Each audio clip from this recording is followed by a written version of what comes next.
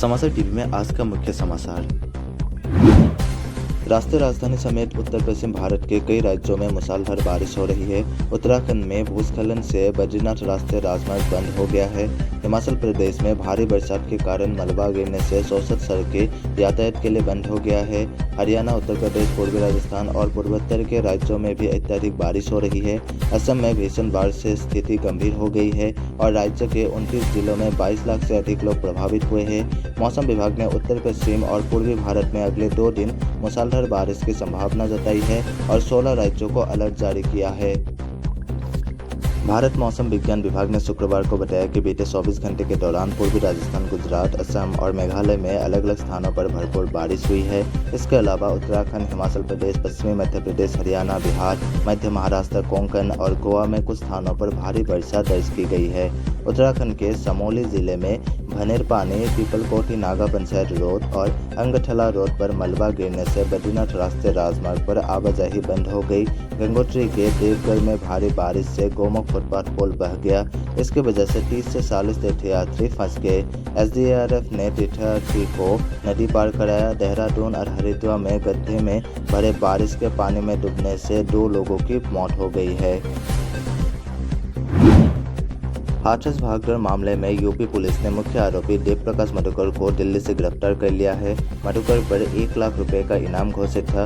वो घटना के बाद से ही फरार चल रहा था। हाथरस में सत्संग के दौरान भागदौड़ से हुई 121 मौतों के मामले में फरार मुख्य आरोपी देवप्रकाश मधुकर ने दिल्ली में आत्मसमर्पण कर दिया। सुप्रीम कोर्ट के वकील AP सिंह ने दावा किया कि मधुकर को रात 10 बजे यूपी पुलिस के विशेष जांच दल को सौंप दिया है। हाथरस पुलिस मधुकर को यूपी के साथ राजस्थान व हरियाणा में तलाश करने का दावा कर रही थी। सरेंडर के बाद उसे गिरफ्तार कर लिया गया है। इस मामले में दर्ज प्राथमिकी में मुख्य सेवादार मधुकर इकलौता नामजद आरोपी है। उस पर 1 लाख रुपए का इनाम घोषित था। में खुदरा बाजार में टमाटर के दाम 100 रुपये प्रति किलो तक पहुंच गया है। हाल में पड़ी भीषण गर्मी से टमाटर की आवक पर असर पड़ा है। वहीं आलू 40 व प्याज 50 रुपये किलो तक पहुंच गया है। टमाटर, प्याज और आलू फिर रसोई घर के बजट बिगाड़ रहे हैं। दिल्ली एनसीआर में खुदरा बाजार में टमाटर के दाम 100 रुपये प्रति किलो तक पहुंच गए। हाल में पड़े भीषण गर्मी से टमाटर की आवक पर असर पड़ा है। वहीं आलू 40 व प्याज 50 रुपये किलो तक पहुंच गया है। उपभोक्ता मामलों के मंत्रालय के मुताबिक टमाटर की औसत कीमत 58.25 रुपये किलो है। हालांकि कई शहरों में दाम 130 रुपये तक पहुँच चुके हैं। व्यापारियों के मुताबिक हालिया गर्मी की तपिश से टमाटर की पैदावार पर बुरा असर पड़ा है। इससे लगातार कीमतें बढ़ रही है। उत्तर प्रदेश के भाजपा प्रदेश कार्यालय में शनिवार को पार्टी के राष्ट्रीय महामंत्री BL संतोष प्रदेश पदाधिकारियों के साथ लोकसभा चुनाव में हारी हुई सीटों की वजहों पर मंथन करेंगे। साथ ही 10 विधानसभा सीटों पर होने वाले उपचुनाव की रणनीतियां भी तय करेंगे। बता दें कि लोकसभा चुनाव संपन्न होने के बाद भाजपा की यह पहली बड़ी बैठक है जिसमें तमाम मुद्दों पर चर्चा होगी। दरअसल 14 जुलाई को राजधानी में भाजपा प्रदेश कार्यकारिणी भी लखनऊ में प्रस्तावित है।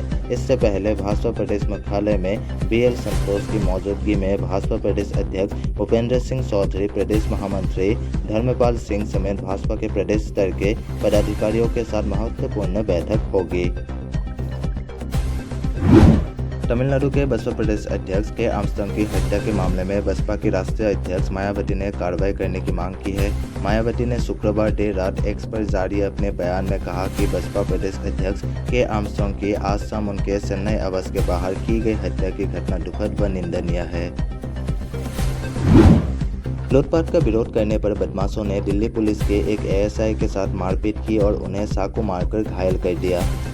राजधानी में बदमाशों के हौसले बुलंद है। इसका अंदाजा इसी बात से लगाया जा सकता है कि लूटपाट का विरोध करने पर बदमाशों ने दिल्ली पुलिस के एक ASI के साथ मारपीट की और उन्हें चाकू मारकर घायल कर दिया। पीड़ित की पहचान रामेश्वर के रूप में हुई है। बदमाश उनसे पर्स लूटकर फरार हो गए।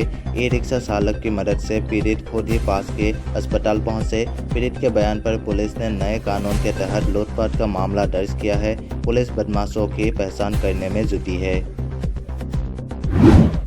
जनकपुरी दिल्ली हाट में शुक्रवार से 33वें आम महोत्सव का आगाज हो गया। पर्यटन मंत्री सौरभ भारद्वाज ने इसका उद्घाटन किया। इस मौके पर पर्यटन विभाग के प्रबंध निदेशक निहारिका राय, महाप्रबंधक मिताली नामसुम और पर्यटन विभाग के कई अन्य वरिष्ठ अधिकारी व आम उत्पादक मौजूद रहे। यह महोत्सव 7 जुलाई तक चलेगा। शनिवार से आम खाओ इनाम पाओ जैसी दिलचस्प प्रतियोगिताओं भी आयोजित की जाएगी। हरियाणा के बहादुर सैन्य अधिकारी मेजर अमनदीप जाखड़ को उनकी बहादुरी के लिए शुक्रवार को राष्ट्रपति द्रौपदी मुर्मू ने शौर्य चक्र से सम्मानित किया। मेजर अमनदीप जाखड़ 15 जून 2023 को श्रीनगर के कुपवारा में 2 आतंकियों को मार गिराया था। हरियाणा के करनाल में शुक्रवार को दर्दनाक हादसा हो गया। यहां पर एक छात्र की नहर में डूबने से मौत हो गई। 16 वर्षीय केशव 10वीं का छात्र था और घर का इकलौता था। हरियाणा के करनाल के गांव दबरी के पास नहर पर नहाने गए 3 दोस्तों में एक 16 वर्षीय छात्र की डूबने से मौत हो गई। हालांकि उसके 2 साथी सुरक्षित हैं। तीनों दोस्त स्कूल से बंक मारकर नहर पर नहाने के लिए गए थे। सूचना मिलते ही परिजन मौके पर पहुंचे और पुलिस को सूचना दी। पुलिस ने मौके पर पहुंचकर गोताखोरों को बुलाया और नहर में छात्र की तलाश शुरू कर दी। देर शाम तक छात्र नहीं मिला। शांतिनगर निवासी जोगिंद्र ने बताया कि उसका बेटा केशव प्राइवेट स्कूल में 10वीं कक्षा में पढ़ता था। वो सुबह स्कूल गया था और 150 रुपये भी ले गया था। जब दोपहर को वो घर नहीं पहुंचा तो उन्होंने बेटे की तलाश की तो पता चला कि वो स्कूल गया ही नहीं है। उसके दोस्तों ने बताया कि वो नहर पर नहाने गया है। उसके साथ उसकी कक्षा के 2 विद्यार्थी भी हैं। वो बाइक पर सवार होकर पहले कर्ण लेक पर गए थे, फिर वो डबली नहर में नहाने के लिए चले गए। वहाँ तीनों नहर में नहाने के लिए उतर गए। नहाते समय केशव गहरे पानी में चला गया और डूब गया। इस दौरान 2 अन्य विद्यार्थी नहर से बाहर आ गए। केशव परिवार में इकलौता था।